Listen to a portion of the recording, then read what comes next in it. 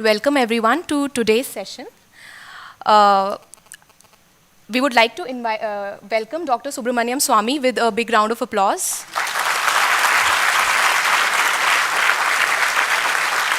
A well-known economist with a strong academic background, Dr. Swami completed his bachelor's degree in mathematics honors from the Hindu College, New Delhi. He then earned his master's course in statistics from the Indian Statistical Institute, Calcutta. Under Nobel laureate Simon Kuznets, he obtained doctorate in economics in 1965. While doing his PhD, he had worked as an assistant economics affairs officer at the United Nations Secretariat in New York. He has also served as a professor of economics in Harvard University and IIT Delhi. He has authored various world-class books. Some of his prominent milestones in the academic world are books such as Indian Economic Planning, An Alternative Approach, and Economic Growth in China and India, 1952 to 1970, a comparative appraisal, have been critical. He is here with us today to tell us about how to take India a step ahead, one citizen at a time. We would like to welcome Dr. Swami again. Thank you very much for this opportunity to speak about taking India a step ahead as to why well-educated must play a greater role in improving society. What the country needs today is a new kind of an Indian who has different qualities of behavior from the Indian today. Which are those qualities I would speak about first? You can't take anybody forward unless you inspire them. And you can't inspire them unless you have qualities which he does not have. And he thinks that these qualities is something that you should have, and he didn't know about it before. Sometimes I call this as the new mindset. Mindset is very important. Being a strong person physically or in a strong position is not sufficient to do what you have to do unless the mind is a liberated mind. Now, for example, take question of strength. In a circus, there will be a cage, big cage, and 5-6 lions will be allowed into it. One thin ringmaster will walk in, and he'll close the door behind him, and then he'll order the lions to climb up the bench, which they will. Then he will order them to open their mouth, which they will, and he will put his head in the mouth of each of these lions, and the crowd will clap at this great act of bravery. Question is, why these lions don't bite his head off? Why don't they maul him when they have so much strength? Because the circus brings up that lion when it was a pup to prepare his mind to obey. And by the time he becomes big and well-fed and strong, his mind doesn't know that he has this strength. And that is why he obeys. Now, I've always, when people used to ask me this question, that why does Manmohan Singh not stand up to Sonia Gandhi?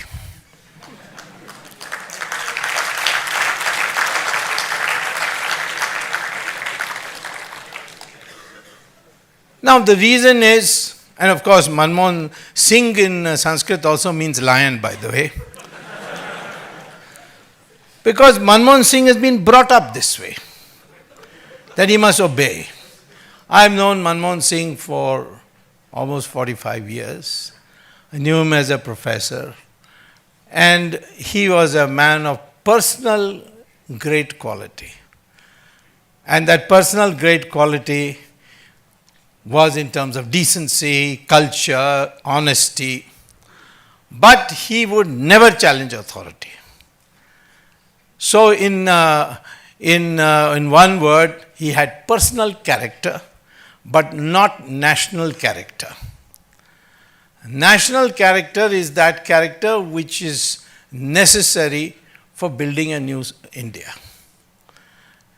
Personal character, you have personal qualities, that doesn't make the changes in society. Similarly, if your mind is prepared in a certain cowardly way, even if you are in large numbers, you will not be able to defend yourself. In a jungle, if there are, say, 1,000 goats and one tiger comes, the majority is with the goats. But the moment they see this single tiger, they all get frightened and run hither thither till the tiger chases one of them and makes up for his lunch. So many people ask me also, why are you able to do all this as a single person? It's because I've got a mind of a tiger and they've got a mind of a goat.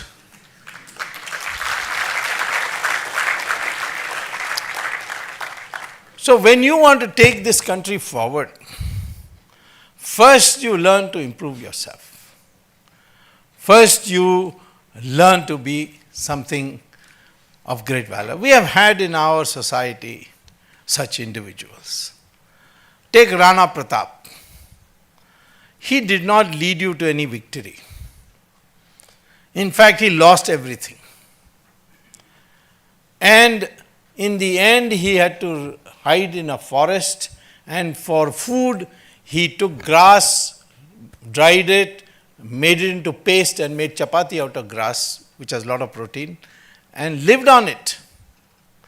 All that Akbar asked him for, and Akbar sent his cousin from Jaipur called Man Singh, that accept me, Akbar said, as the Badshah of India, as the Emperor of India, and I will give you back everything, all that you have lost. And his cousin argued this, see how well I am living. But he didn't agree. He said, no, I will not accept him as the Emperor of India. Then his cousin said, you're going to spend all your life eating chapatis made out of grass. What are you going to get out of it? He says, what I'll get out of it is future generations, mothers will name their sons after Rana Pratap, but on your name they will spit. That is enough for me. This is what he said. And our society, our culture worships such people almost equal to victors. Shivaji was a victor, but his status is the same as Rana Pratap. And Shivaji himself used to say, I am descended from Rana Pratap. And you will see many other such examples. Rani Jhansi, she didn't lead you to victory. A great heroine. In your Karnataka, there was Rani Chennamma. Subhash Chandra Bose, he didn't lead you to victory. But he is considered almost on par with Mahatma Gandhi. So our society originally was this way. And that is why we became such a prosperous country with tremendous intellectual attainments that people used to, from all the world, used to come to India and learn from India. The Chinese travelers came, then the Europeans came. In the beginning, all of them were completely agog with India. India spread its ideas to the whole of Southeast Asia without conquering anybody. It was purely by preaching. So, therefore, I would say that the first thing you need to do is to develop a mindset. And the mindset requires certain dimensions, which I will explain to you just now. Now, In our first quality you have to have is when you work towards a goal and you don't achieve that goal, if you feel depressed about it, then you have not a developed mind. If your mind is, I will work towards this goal, if I don't achieve it, I will try again. This was the quality of many people. Some we like, some we don't like. Muhammad Ghori came maybe 16 times, 15 times, I don't know, but number of times. Each time defeated by Prithviraj Chauhan. But Indian tradition was, if you apologize, you forgive him and send him. And so Prithviraj Chauhan sent him back each time. He kept coming till he came to learn that Indians will never fight, go to battle before sunrise. And from 3 a.m. to 5 a.m. or 6 a.m., they will have a bath, they will do all their ablutions, etc. So the 16th time or the 15th time, whatever time it was, he attacked in Prithviraj Chauhan at 3 a.m. and caught everybody in the bathroom. And therefore he was successful. Of course, he got assistance from Jai Chand, the father-in-law. And Jai Chand wanted to take revenge against his son-in-law, helped Muhammad Ghori. And then Ghori killed Jai Chand, severed his head and had it displayed. But see the mindset there. He wanted to take revenge. He was successful in taking revenge because Ghori defeated his son-in-law. But in the process, he opened the doors of India to Islam. Look at the mindset of Godse. He killed Mahatma Gandhi because he was anti-Hindu. But who did he empower in the process? Jawaharlal Nehru, the biggest secularist or pseudo-secularist, whatever you want to call it, who completely retarded the process of Hindu Renaissance in our country. Hindu Renaissance doesn't mean that it is against Muslims. We have certain minus points in us which has been accumulated over centuries. We want to get rid of it. We want all Hindus to think of themselves as one. And incidentally, science supports that. According to DNA studies, all Hindus around the country, whether they are Brahmins, scheduled caste, anything, whether they are North Indian, South Indian, they have the same DNA. You can read the Journal of Genetics published by the University of Cambridge or the University of Texas, Houston, or Mysore University. They all have done studies on this, and the DNA shows that we are all the same. Yet, the British, who understood that this was a dangerous idea, developed this concept of Aryans and Dravidians. There is no such word as Aryan in our scriptures. There is the word Arya. Arya means gentleman only, civilized person. The word Dravidian was actually invented by Shankaracharya as a sandhi of two words, thra and vid, which means thra means three and coastlines. The Bay of Bengal coastline, the Arabian Sea coastline, and the Indian Ocean coastline. Where the three joined together, that whole portion is called Dravid, which became Dravid. But the British converted that into two races. Dravidians were first ruling India, then Aryans came from the Khyber Pass, conquered them, drove them to the south. And they started a whole movement called Dravida Karagam. It means Dravid organization, which said we are a different people. And they decided to do everything different from what the so-called Aryans of the north were doing. we celebrated the Ram Leela because Rama went from Ayodhya and killed Ravan, and Karunanidhi decided to celebrate Ravan Leela. He said he is our God. I did some research on Ravan and found that Ravan was born in a village called Bisrak in Noida near Delhi. Then how did he end up in Sri Lanka? He went to Mansarovar and there he did tapas in the name of Lord Shiva. Shiva then gave him a boon. With that boon he said, which shall I conquer? And he said his cousin Guber had beautifully developed Sri Lanka. So he went to Sri Lanka, captured it and became its king. So for long years, Mr. Karunanidhi was celebrating Ram Leela till I convinced him with documents that Ravan was actually a North Indian and that too a Brahmin.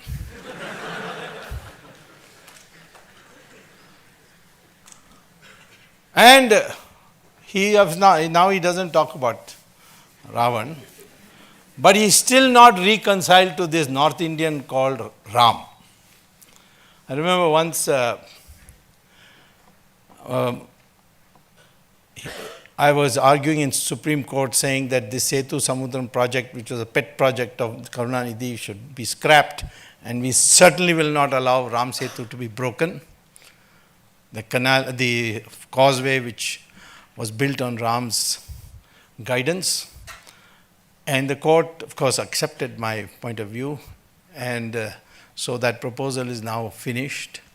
But in the process, when I was arguing, the papers quoted me as saying what is the origin of Ram Setu and so on. So Karunanidhi got upset and he said that who's Swami to call this Ram Setu? It used to be called as Adam's Bridge. Was Ram an engineer? Which engineering college did he go to? Next day he fell ill.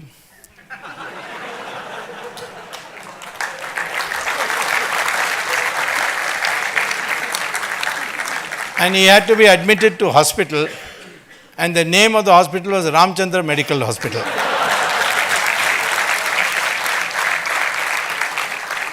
So I wrote him a letter that thank God that Rama has got an MBBS at least. Now, if this mindset is there, how can you improve the people of India? We are witnessing that same mentality, you see, in today's developments on the corruption case, where you have mobs coming from Tamil Nadu surrounding the court as if the judge will change his decision because there are all these fierce mobs. I am therefore telling you that when you say take a citizen one step forward, you must know what you are going to tell him to do.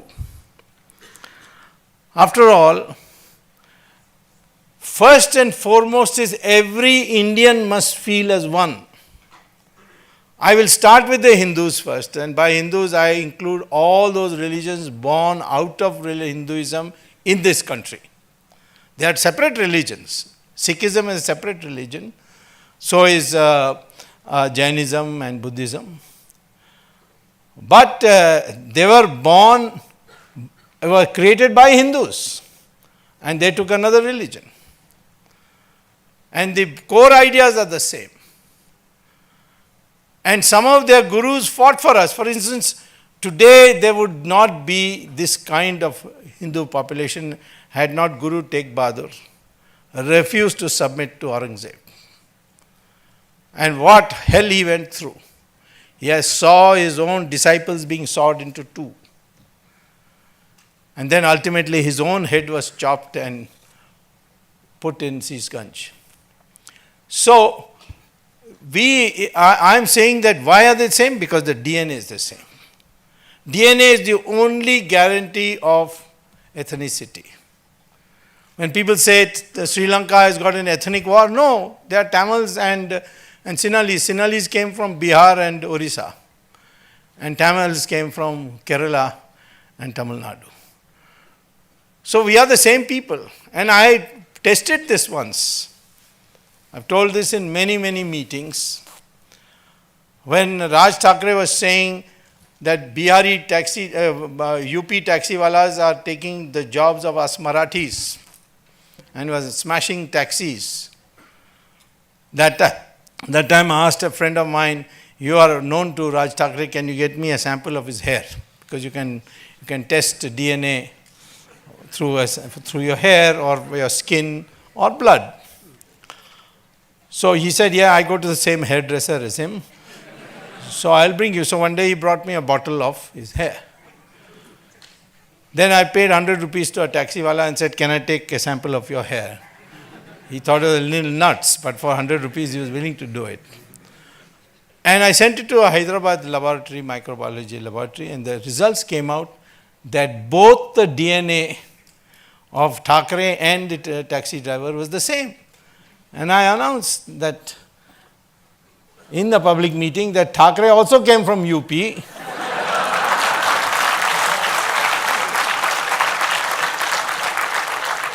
And I'm ready to prove it on a platform. Because you get mobile testing units. Now, the surprise is that Brahmins and scheduled castes also have the same DNA. Hindus and Muslims have also the same DNA. Of course, Christians too. People say, no, the color is different. Color has got nothing to do with race.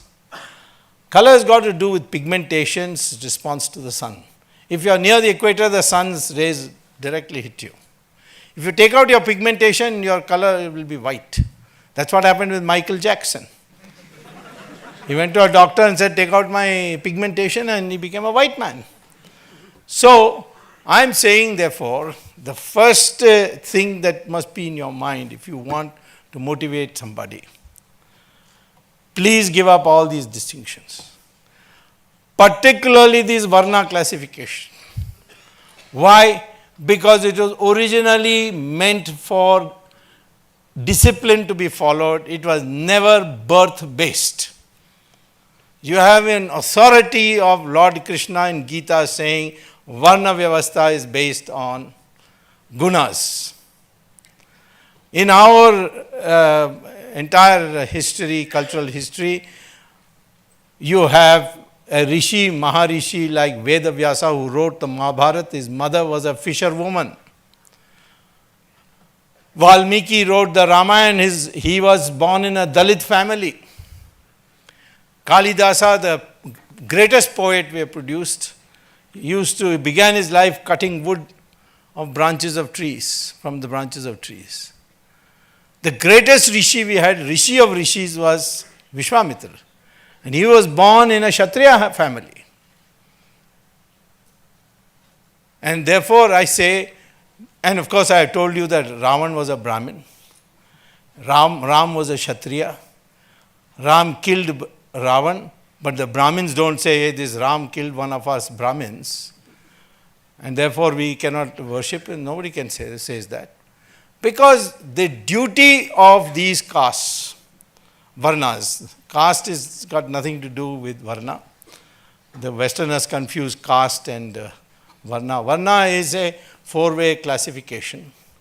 And even where there was at a period, particularly after the coming of the Buddhists and then the Islamic invasions, a section of our society which became untouchables, according to the principles laid down at that time, the children of scheduled castes are not scheduled castes. And I illustrate this by saying, Dr. Ambedkar, he went to Columbia University, 1916, scheduled caste person going to Columbia University. Remember, Ambedkar was not his name. His name was Mahar, last name was Mahar. His teacher was a Brahmin whose name was Ambedkar, and he said, you can't progress till you change your name, take my name. That's how he became Ambedkar. He went to Columbia, wrote a PhD in economics, and his thesis by then contemporary standards is top class. Then he went to London, got a law degree, came to India, piloted the Constitution, Constituent Assembly, the Constitution, draft Constitution, became a noted jurist. And people in Congress party call him Bhim Rao. They never gave him Bharat Ratna. It was the Janata party which gave him the Bharat Ratna. Jawaharlal Nehru went to Cambridge and failed. I don't think any Nehru has passed an exam.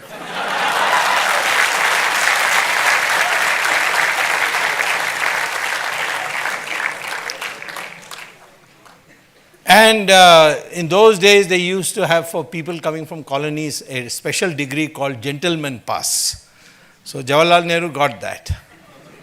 He came back to India and congressmen started calling him Pandit Ji. A man who failed the exam, Pandit Ji. The man who has a PhD, Bhim Rao. It is Ambedkar who could be called Pandit Ji by the old standards. So I would like, first of all, before you think in terms of improving society, improve yourself. Who are you? What is your identity? The identity is that of an Indian. Indian is an English word. It is a garbalized version of Hindu. It became Indian through the process, through the Greeks and then the British. The Chinese still call us Hindu. The Arabs who receive our people for Hajj, they call our people as Hind. And in Urdu papers, we call India as Hindustan. Iqbal wrote this famous song, Sare Jahan Se Acha Hindustan Hamara. He used the word Hindustan. Bharat is a republic. Hindustan is an identity. Though all those people connected with this geographical mass, they are called Hindustanis. And people get angry, but privately they don't, but publicly they do. When I tell Muslims that you are also Hindustani because your ancestors are Hindus. He said, how do you know? I said, DNA. If you want, I can prove it.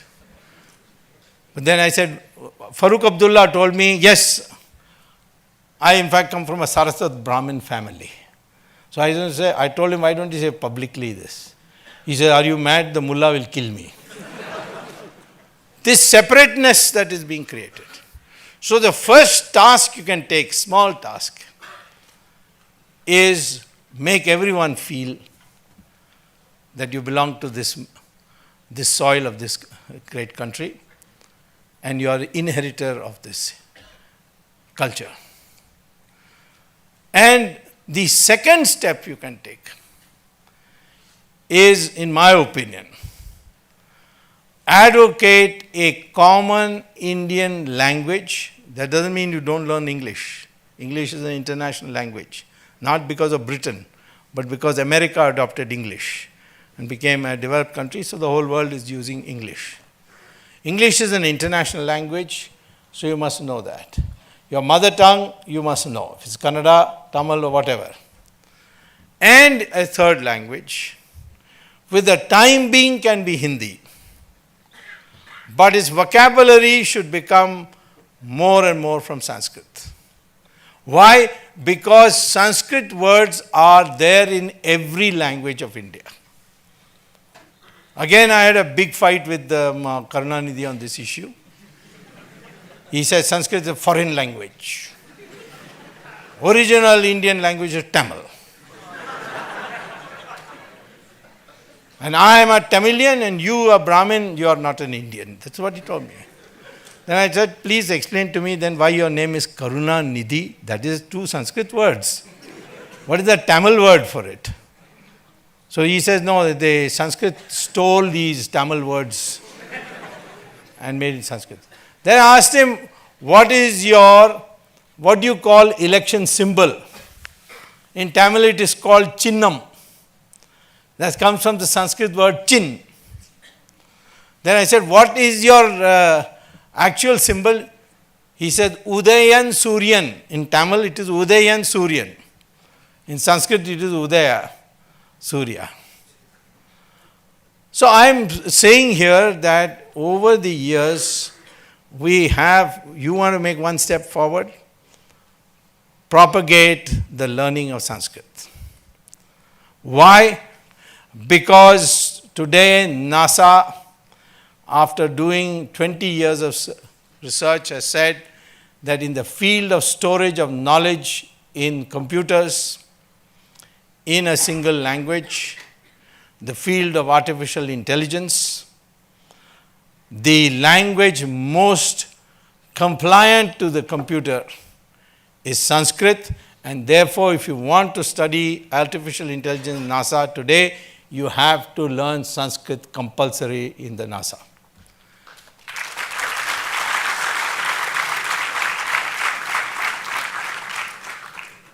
Tamil has 40% words in common with Sanskrit.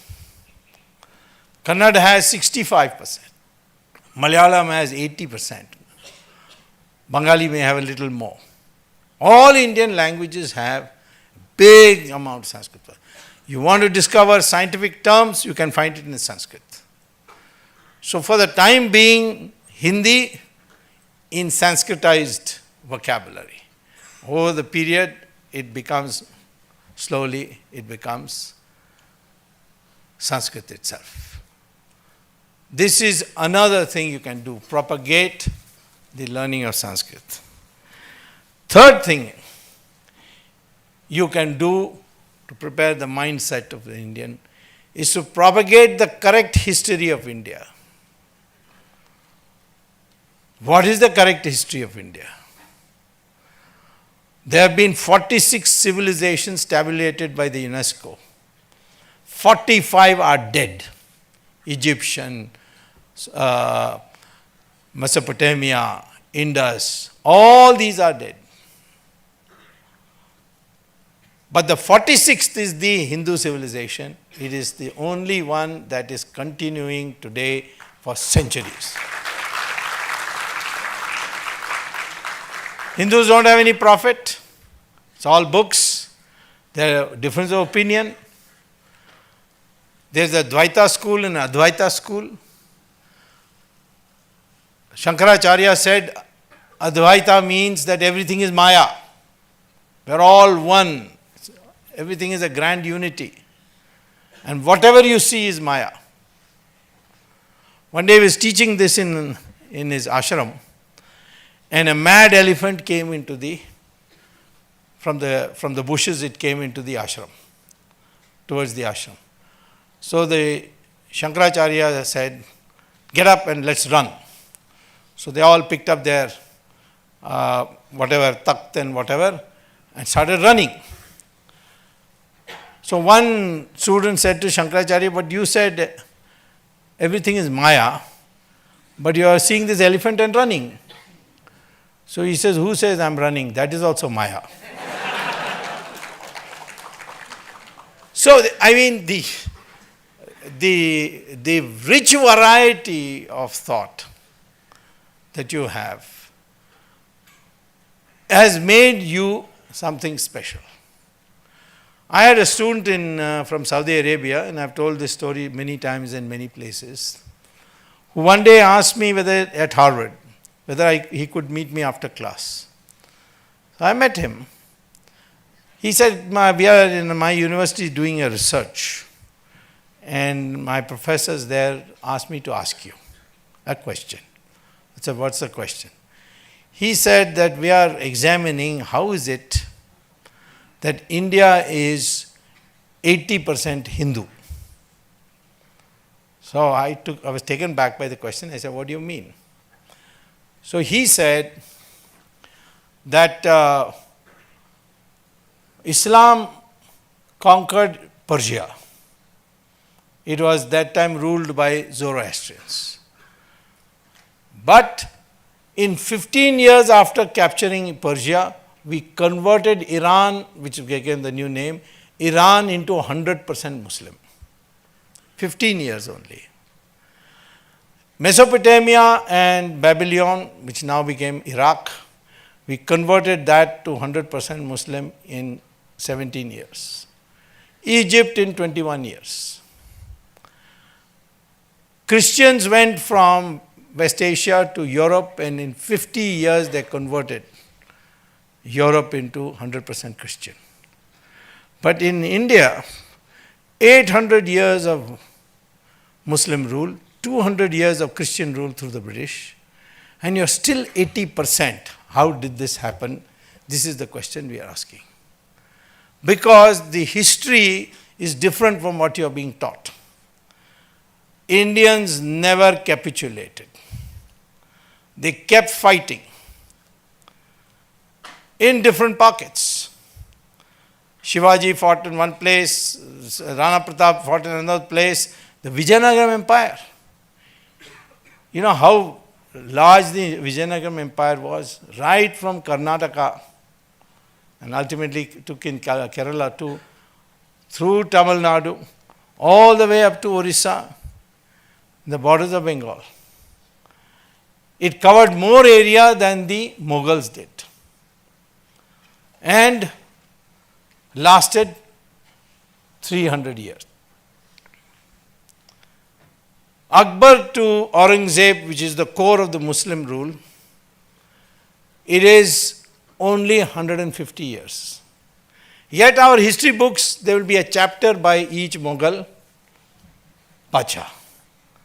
But Vijayanagara Empire, one paragraph, in South India there was a civilization called Vijayanagara. Even people living in Bangalore don't know what is Vijayanagara. So I am saying to you, when you don't know your own history, how can you motivate somebody else? So these three things are the first thing I am saying. I am therefore putting to you what next you should do. We, first of all of you, I don't know whether it's true of IIM Bangalore, but IIM Ahmedabad, I went to give a lecture and met the students for dinner. And I asked them, why have you come after all this heavy competitive exams? Without exception, they told me, because once we come to IIM Ahmedabad and get the chap of MBA, we'll get a very good job. So I said, you have not come for learning marketing theory or financial systems or operations research or inventory control. So that's all right, that's for passing exam. But the chap of IIM means guaranteed job. Now it's a very tragic thing, because you can't spend your life just for a job. You want to do something, then you have to think beyond that. And I found this in Indians, even in America. In the classroom, after every class I finished, and the course I finished, I used to ask the students, now that you are graduating and you are going out, what kind of a job are you looking for? Will you go for a job where you take risks and you might become like Rockefeller or Ford or the owner of Microsoft? Or you might fall flat and go be out on the street? Would you touch that kind of job?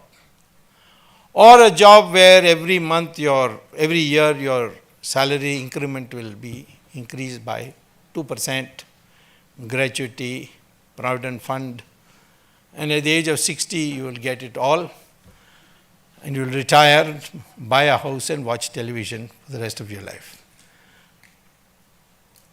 The American students used to ask me, what's the probability I'll fall flat on my face and be out on the street? Before I can answer you. But the Indian, without asking this question, used to say, second job is the best. So I used to say, but that's guaranteed poverty. Why would you want that? And they said, it is guaranteed. That's the important part.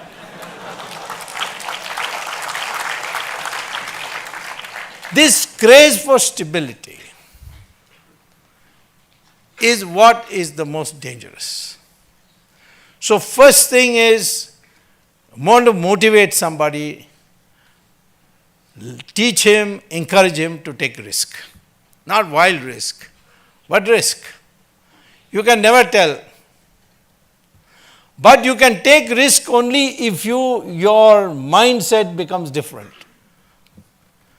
And there, I don't know about other religions, but I do know that Gita teaches you how to be happy. How to do something without suffering for it. It says that, Bhagavan Krishna says, you have freedom in this life only to take action. You have no claim on the reward of that action. If you do good deeds, I'll keep an account, and somewhere or the other, I will reward you. If you do bad deeds, you will suffer. May not be immediately, but sooner or later you will suffer. This is called the law of karma. Now, if you accept that, then you can never be unhappy. Because if you have the satisfaction that I did exactly what I wanted to do, the action I needed to take, I took it. I did my best, I put my best ability for it to achieve this goal, but the goal was out of my hands, but I'm not unhappy because I've done my best. But most of us think in terms of, I am a failure because I'm incompetent, that's why I didn't achieve this goal. I can never tell, for example, that if your goal is not achieved, is that good or bad? I was a professor at IIT, full professor, at a very young age of 28. By Indian standards, that's really young because you could never become professor till 45. I don't know, Baidyanath might be an exception. But generally people become, it's a slow process. But I had already been professor there, so they had to make me professor here. Within 1 year, Mrs. Gandhi took the other Miss Gandhi, not this one. This one also has taken a dislike to me. She also took a dislike to me. I wrote a book against the Soviet economic system. I said, you will always grow at 3.5% per year if you have a Soviet economic system. Bring in the market system, you will grow at 10%, which as a minister I was able to do.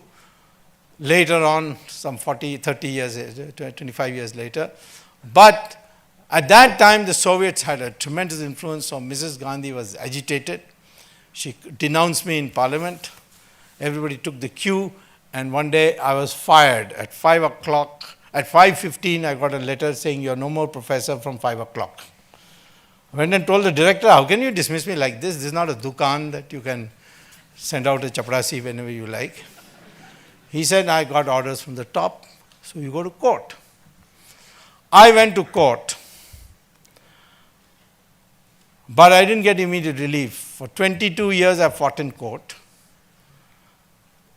And I won after 22 years. And the IIT had to return all my back salary for 22 years.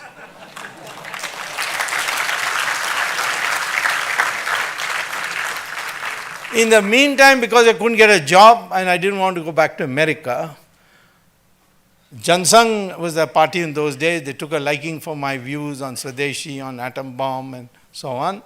They sent me to Rajya Sabha. And thereafter I came to Lok Sabha when the Janata came. And then I was nominated by the government on the board of governors of IIT Delhi, the very body which dismissed me.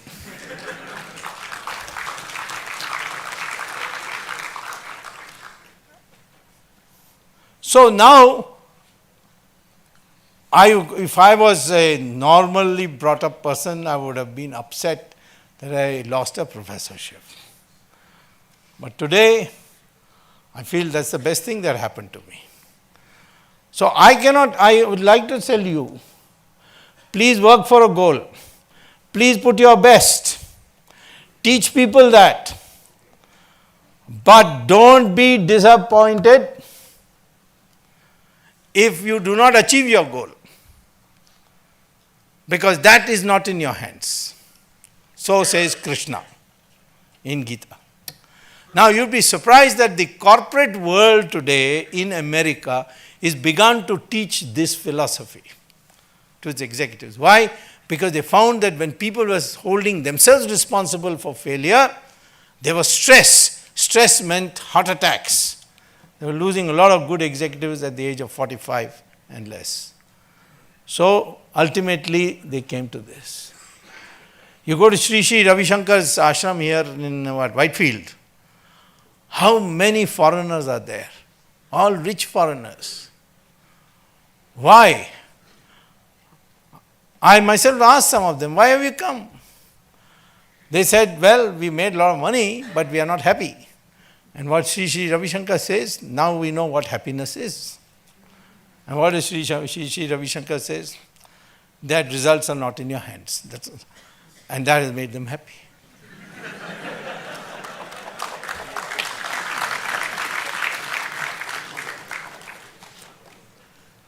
You can see one thing in Google. There is a famous film actress called Julia Roberts. I don't know whether people have heard of her. She once came for shooting to Haryana, and then she said, I want to go to a particular ashram. So they took her. There she told the chief sadhu, I won't name him, very well-known person, that I've got all the Oscars I want, I've got all the money I could make, but I'm not happy. And I heard that in India, you teach how to be happy. So he said, well, you'll have to stay here for about 2 weeks. And she stayed, so he taught her pranayam, yoga, mantras, and ultimately the philosophy of our religion. This you can see by going to Google yourself. She left India, went back to America, called a press conference where her husband was standing by and 2 children. She says, I went to India and I finally found out how to be happy. I have told my husband, I've told my children, and all 4 of us today are announcing that henceforth we have given up Christianity and we are Hindus. Now, I'm not saying that you have to become a Hindu to know this. Most of the teachings of Sri Ravi Shankar and all doesn't require that. But she was so overpowered by it.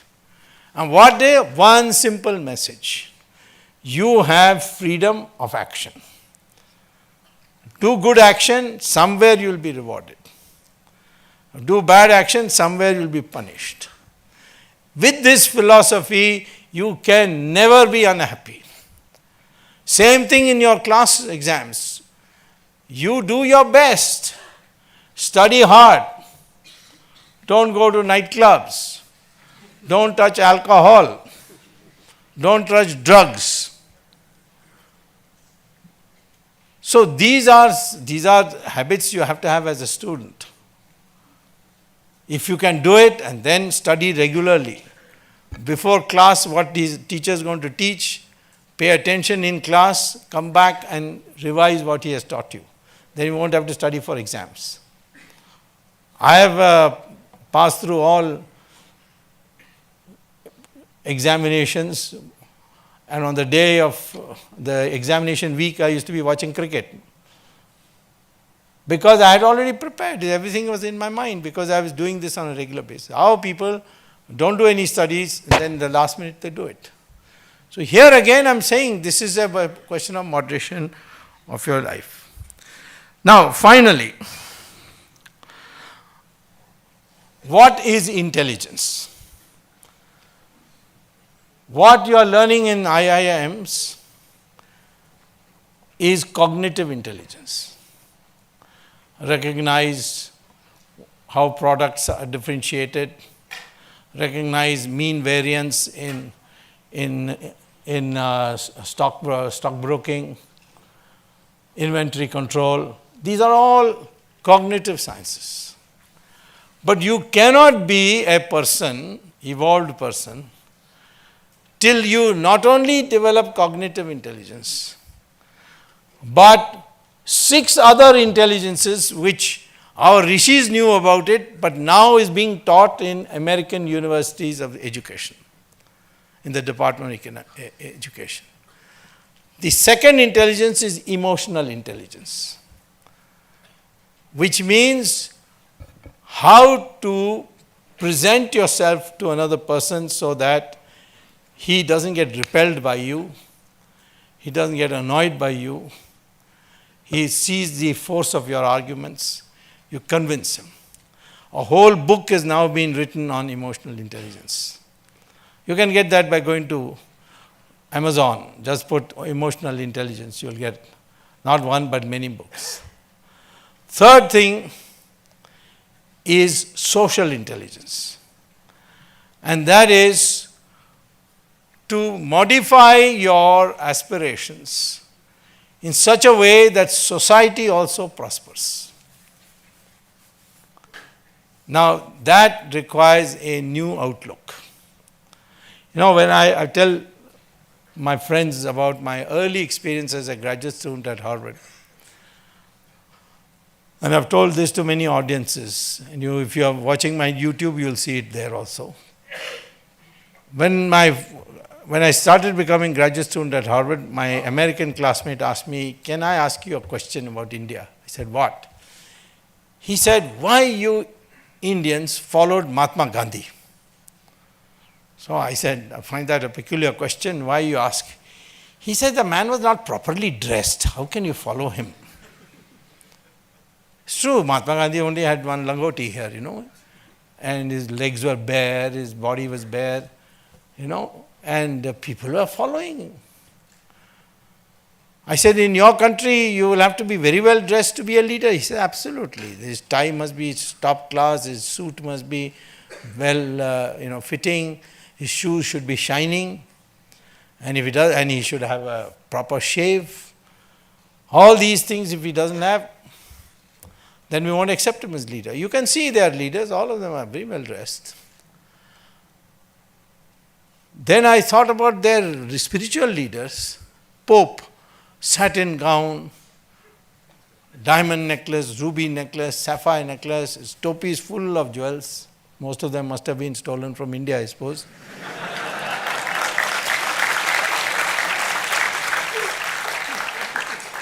So, but look at our gurus. They are one bhagwa kapda, that's all.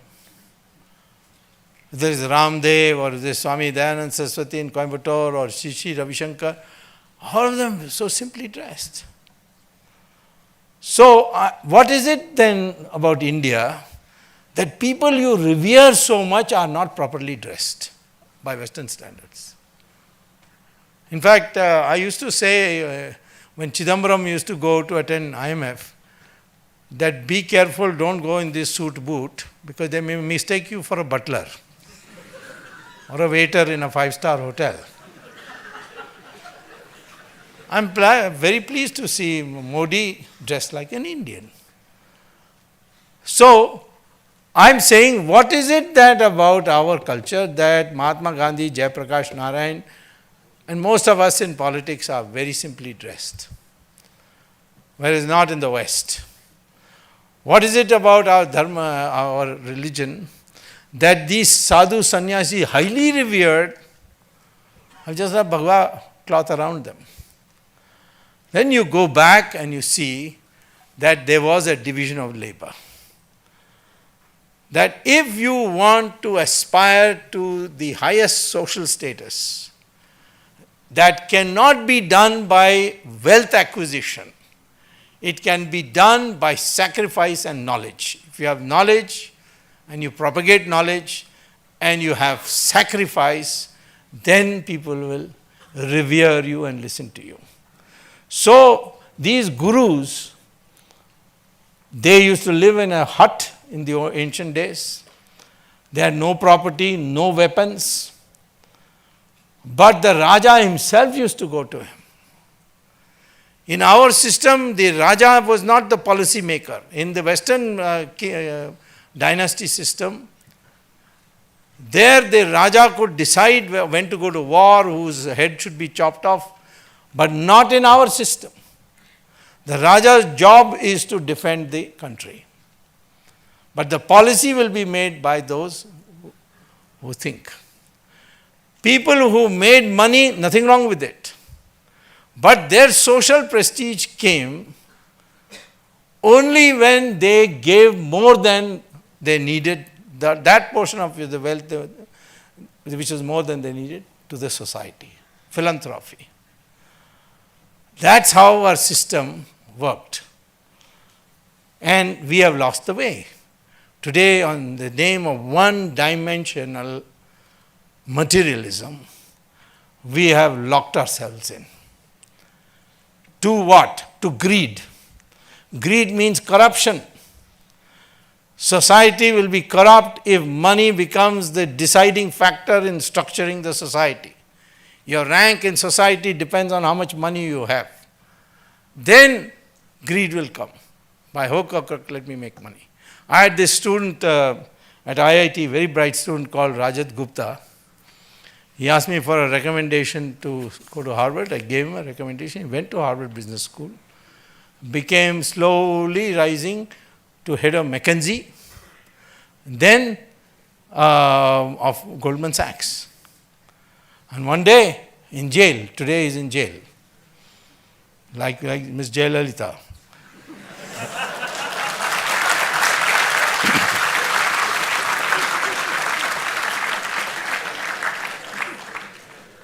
And in one sense,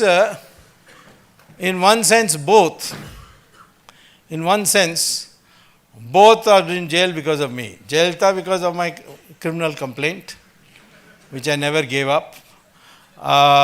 And in case of Rajat Gupta, it was by accident. I had been telling the Americans, ban LTT, ban LTT. They banned LTT. Then the American official asked me, are you happy now? I said, no, because you haven't banned the sister organizations of the LTT. For example, the Tamil refugee organization, so you banned that also. And finally, they must have done their own intelligence analysis and came to conclusion it should be banned. They banned it. Then they looked at the accounts and they found that this Tamil refugee organization, rehabilitation organization, refugee organization, was getting $1 million from a man called, he was a stockbroker in New York Stock Exchange. Rajaratnam, yeah. And $1 million a year. So normally the American FBI is not allowed to tap stockbrokers' telephones because then they can find out which stocks to buy, which stocks to sell. So they put him on the terror, on the grounds of terror, they put him on a telephone watch. And poor Rajat Gupta came out of a board meeting of Goldman Sachs and said, Goldman Sachs has decided to sell so and so. So Rajanathan immediately told his people, sell off these stocks, and made a cool profit. Got caught. Now, of course, there's a book written by one Indian girl, I forget her name, which is worth reading, where she quotes about how Rajaratnam was my student and how it was my recommendation which got him into Harvard, all that. But she quotes the judge, Manmohan Singh, X, Y, Z, all top people wrote to the judge, please don't convict him. That's a very small thing. So the judge says, I've got all these letters and all the wonderful work Mr. Rajat Gupta has been doing. But a man who has risen to such high status and won the confidence of so many people, for him to commit this crime, all the more reason for me to convict him, and I'll give him the strongest possible sentence. And he gave him 3 years in jail. And why? Because Rajat Gupta was greedy. I asked his relatives in New York, why did he do this? And they said he wanted the maximum number of zeros after one of all Indians. He wanted to be the richest Indian abroad. What is this? This is greed. And therefore he became corrupt. Now, I think therefore, you must understand that if you want to create a new society, work, make money, all that, but up to a point. After that, society. In that, you pick and choose what you can do. If you can give scholarship to one person, that itself is a big thing. If you can donate to a school, big thing. If you can collect all your alumni and start a university, even better thing. There's so many things to be done. We can't rely on the government to do these things. It has to be done by individuals. And then only our society will grow. Our society, as that's why our religion has grown despite there being no pope-like figure, no church-like institution, no book like Bible or Quran. And yet this religion has continued for centuries and centuries because it is interlocked by arguments. And that is the greatness of this society. Why we are today a democratic country is because of this tradition built into our cultural ethos and religion. So I am telling you, you got a huge future ahead of you because India is going to grow very fast. It's only a year or two. After that, we'll start growing at 8, 9, 10, and may even go up to 12. You grow at 12% per year for just 2 decades, you're in the American league.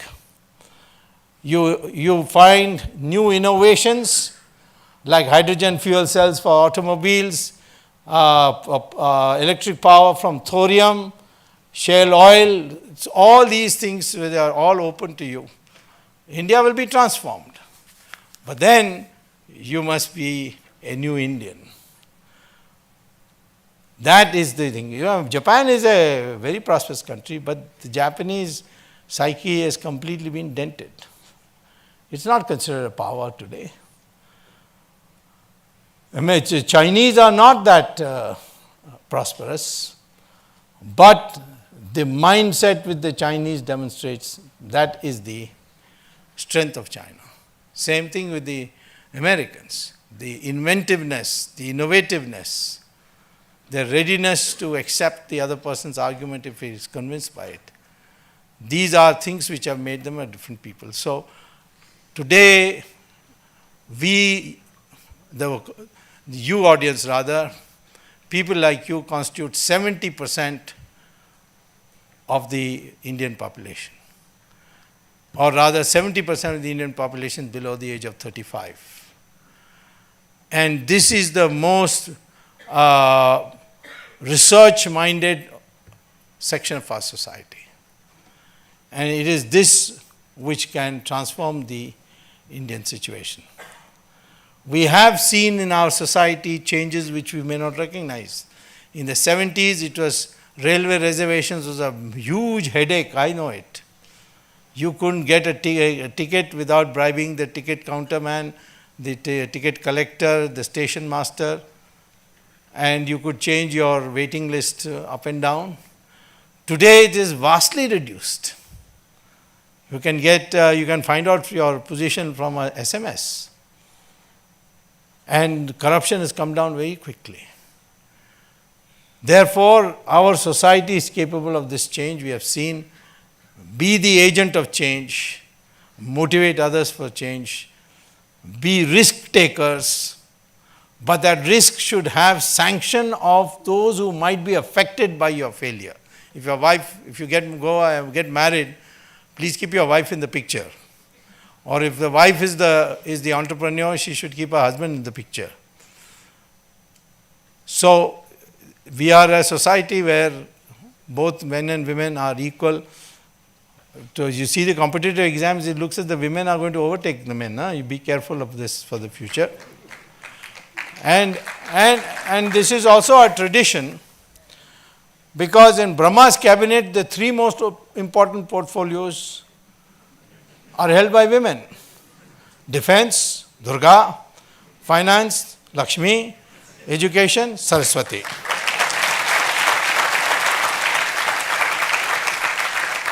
And I searched whether any male god got anything, and I found that information broadcasting was given to Narad Muni.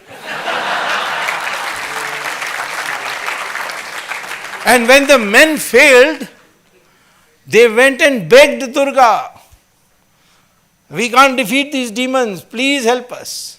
And that's how Kali came up. So this is the tradition, and what you see today is disgusting, is deplorable, the treatment of women. All of you want to take a step forward, take an oath that you will never accept dowry when you get married. Take that as a oath.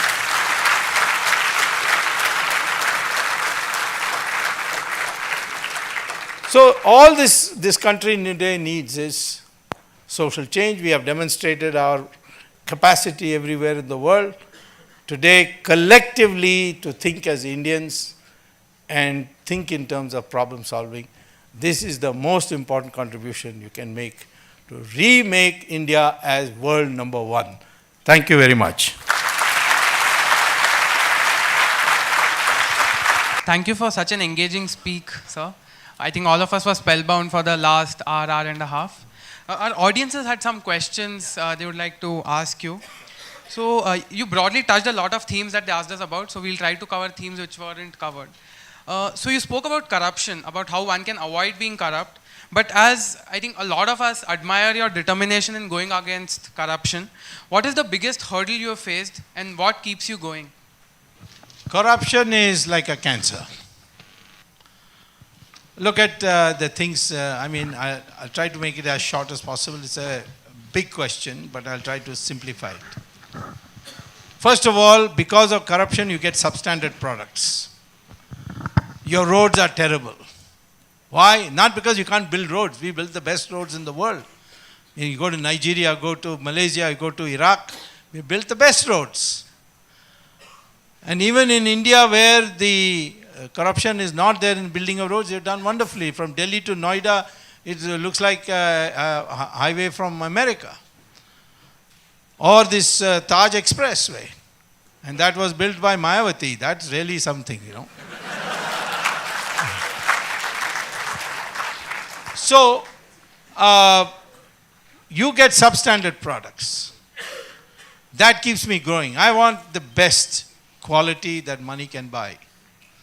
So I don't want adulteration. And there's adulteration in all along the way.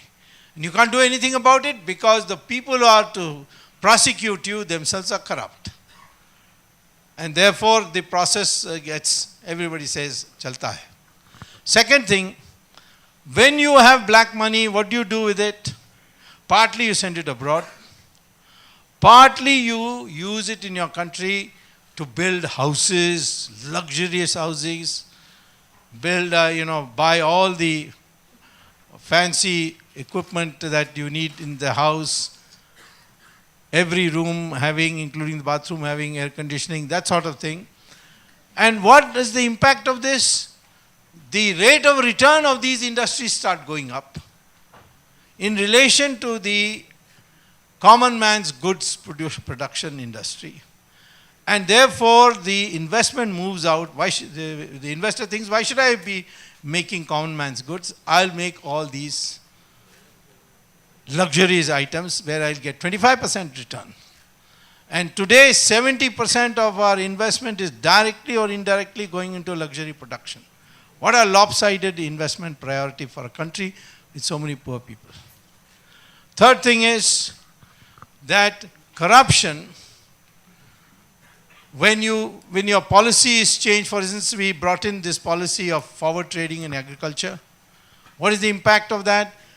The industrialists, the rich people who have black money go to the wholesale market, the farmer accepts rupees. There's no accounting for it because there's no income tax for agricultural incomes. And buys the produce in wholesale, puts it in cold storage, creates an artificial shortage, raises the price. And when the price really goes truly high, he brings it out. And that's why agricultural prices are now going like that. The economy is totally destabilized. Then the money you send abroad, you send through Hawala. Hawala means Dubai. Dubai means ISI of Pakistan. No Hawala agent can send your money to Switzerland and other places unless he gives the full data to the ISI of Pakistan. Where you put in money, whose money you put, and in what is the password for that account. And today, I will say frankly, that Pakistan has the capacity to blackmail many of our leading politicians because of this factor. Look at the cancerous effect on this. There are other aspects of it too, but I would say, therefore, we have to fight corruption. How do you fight corruption? 3 ways. First, where there is computerization possible, like if somebody wants a form from a government, he should not go to a government office. Because if he goes there, then the chaparasi has to be bribed. Then he has to be told, go and wake up the Saab. The Saab needs another 100 rupees to wake up. Money goes this way. If you can bring it down as a downloaded printing, you can reduce it. They did it with railway reservations. Second is, catch the big people and throw the book at them. That's the American way. They caught Martha Stewart for doing a very small, I'm sure many of you have heard of Martha Stewart. She used to come on TV for cooking and so on. She was a multimillionaire. She was in a party, she overheard a stockbroker telling another stockbroker that this particular company is going to fold up. She didn't ask him or he didn't tell her. She overheard it. She went home, called up her stockbroker and told him that, sell the stocks of this company. So the company next day collapsed and she had in the meantime sold.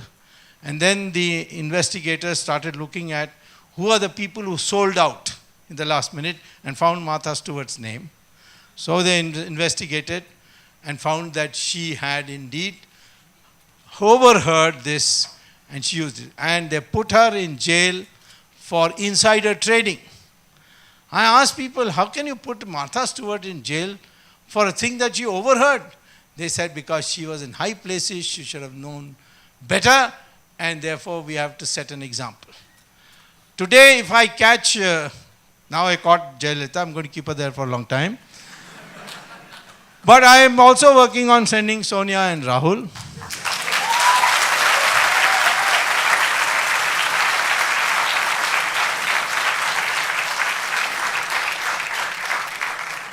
Hopefully by Christmas.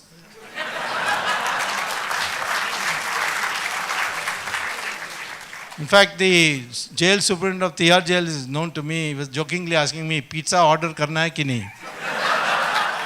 Anyway, I catch these people, people get scared. I've never found it necessary to pay 1 rupee bribe to get anything done.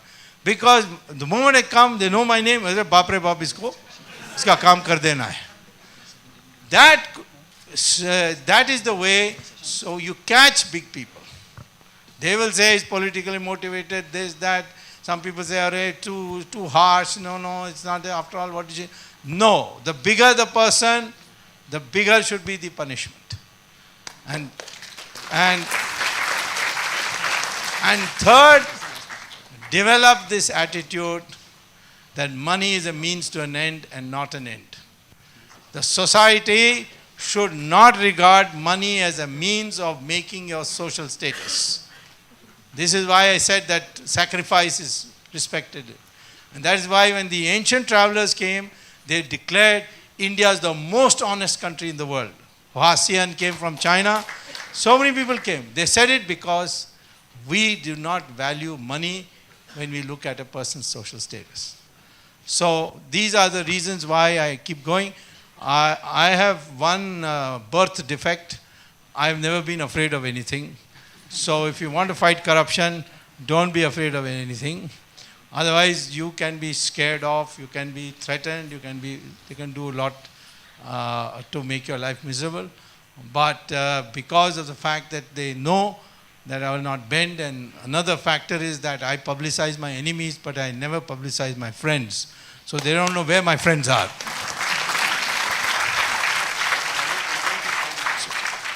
Next question. So I think in the interest of time, we'll make this the last question. Yeah, you can send me an email. Sure. So another question was on the power of social... Don't send me a female, send me an email. Yeah, so there tends to be a lot of things that go viral, and it's very easy to be perceived as incendiary. So as someone who has a very strong social presence, what do you think about the influence of social media? And part two is, how do you moderate social media? It'll moderate itself. You don't attempt at moderating. But I think that, you see, one of the things I found with social media is that whenever I wanted a document, I would call them patriotic tweetbles. PTs, can you find this? And within less than 6-7 hours, somebody would tweet where the document is. I wanted to know which is the summons sent to Narendra Modi. By the way, that summons is all useless. Huh? I've studied the law once. This mental case called Karti Chidambaram, son of P. Chidambaram. He went into Singapore and filed a defamation case against me. So a summons came. People say, Babre, don't go to Singapore because they're, they are very ruthless, those courts. So I looked at the law and found that we have in our Civil Procedure Code a provision where the Indian courts can tell the foreign courts, mind your business, we are staying it, you don't get into this. Where something can be prosecuted in India, the Indian courts have a right to tell the foreign court, mind your business, we are injuncting you from proceeding further, and they have to listen to it. So I have suggested that the Attorney General goes to an Indian court and tells the American court, mind your business, this is a Gujarat affair, we can manage it here, we've got courts to do it, and we are injuncting it. So I'm saying, therefore, that I was on what issue? Your social media issue. Therefore, I'm saying that I got a copy of this summons within 3 hours. So I think because educated people are there, it will take a little time. I would certainly say that we should try and use non-abusive language to the extent possible. But there are also people who are put in there to irritate you, develop a thick skin, and block them if necessary, but use as much as possible civilized language. It is the medium of the future. Just like television has put the print media in trouble, social media will put television in trouble, I can tell you. We would like to thank Dr. Swami for accepting our invitation and telling us how to take each Indian a step ahead. One important takeaway, among others, is to make everyone feel that they belong to the soil of this country and feel they are inheritors of the Indian culture. For us students in particular, we learned how to not be disappointed in life, and we also learned about other intelligences like emotional and social intelligence. Thank you so much, sir. We would like to present to you a small token of our gratitude.